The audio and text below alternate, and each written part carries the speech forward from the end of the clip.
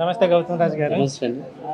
Industry మొత్తం పవన్ కళ్యాణ్కి మద్దతుగా మొత్తం తరలి వచ్చింది. ఇక్కడ విపరీతమైన ప్రచారం చేశారు.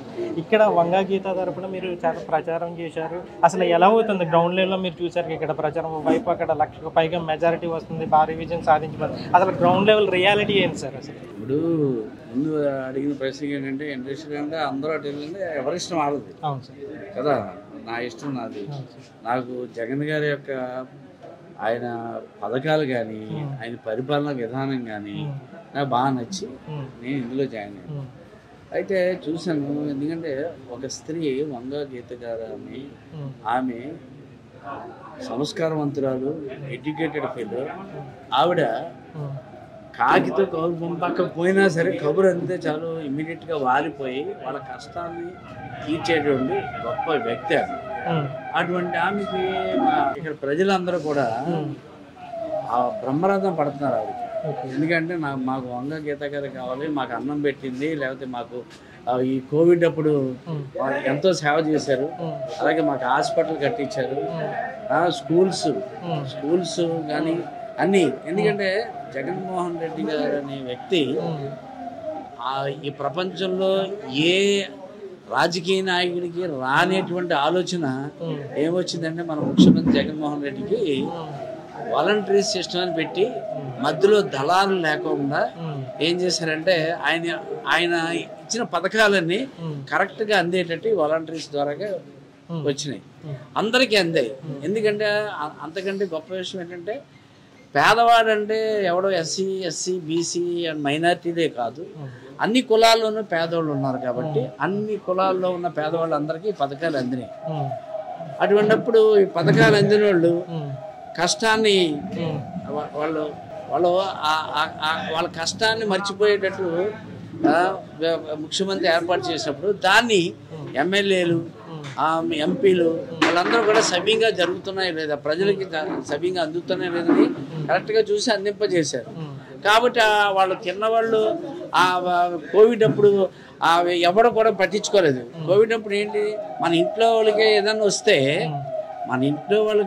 వస్తే మనం ఏం చేసాం, ఆ తలుపేసి ఆ గిన్నెది భోజనం పెట్టిన గిన్నెది అలాగా ఇస్తున్నాం. అటువంటి స్థితుల్లో కూడా వాలంటీర్స్ ప్రతి ఇంటింటికి వచ్చి మందులు ఇచ్చి ఫుడ్ పెట్టడం అంటే గొప్ప విషయం కదా. ఆ వాలంటీర్స్ కూడా ఫ్యామిలీస్ ఉంటారు కదా, కానీ తెగించి వచ్చారు.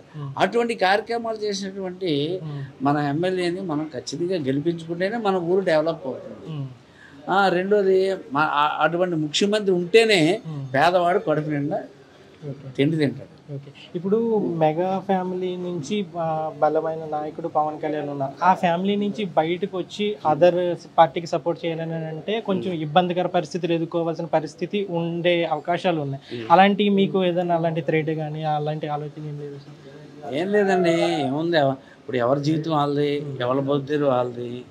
ఏమైంది థ్రెడ్లో గ్రేడ్లో అంటే అందరూ ఇప్పుడు మళ్ళీ ఎలక్షన్స్ అయిపోయిన తర్వాత అందరూ అవుతాయి. ఓకే, మీ గురించి మీరు విన్నారో లేదో, కమెడియన్ పృథ్వీ మీ పేరు ప్రస్తావిస్తూ వాడికి తెలియక అందులోకి వెళ్ళాడు, తర్వాత తెలుసుకుంటాడు అని చెప్పేసి మేము వ్యక్తిగతంగా విమర్శలు చేశారు. అలాగే యాంకర్ శ్యామల గురించి పెంచారు. ఆయనకి మీరు ఏ విధంగా సమాధానం? ఏంటంటే అతనిది వ్యక్తిగతంగా విమర్శించడం చాలా తప్పు. అతని ఇష్ట ప్రకారంగా అతను ఇంతకుముందు ఈ వైఎస్ఆర్సీపీలో ఉన్నాడు కదా, తిరిగాడు కదా, పదవి ఇచ్చుకున్నాడు కదా, అయినా సరే మళ్ళీ ఏం చేశాడు, ఆయన ఈ పార్టీకి వచ్చాడు, జనసేనకు వచ్చాడు. అటువంటిప్పుడు అతని ఇష్టం కదా.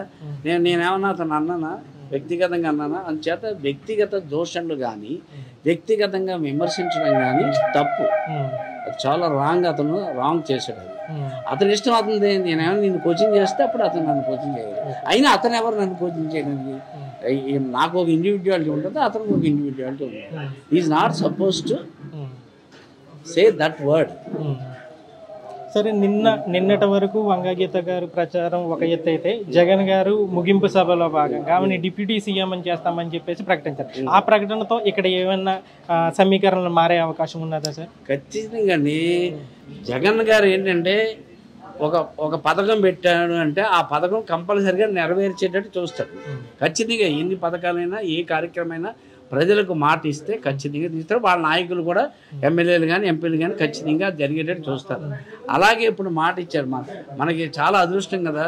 యాక్చువల్గా పిఠాపురం అనేది మన పరమశివుడు ఉన్నది, దత్తాత్రేయ స్వామి ఉన్నది, అంతేకాకుండా శక్తిపీఠం. ఆ అమ్మవారు శక్తిపీఠమే. ఆమె ఆశీర్వచనలే వంగా గీత గారికి వచ్చినాయేమో. అందుకని డిప్యూటీ సీఎం అంటే మనకు చాలా గర్వకారణం. అది మన అదృష్టంగా భావిస్తున్నాం. Thank you sir. Thank you.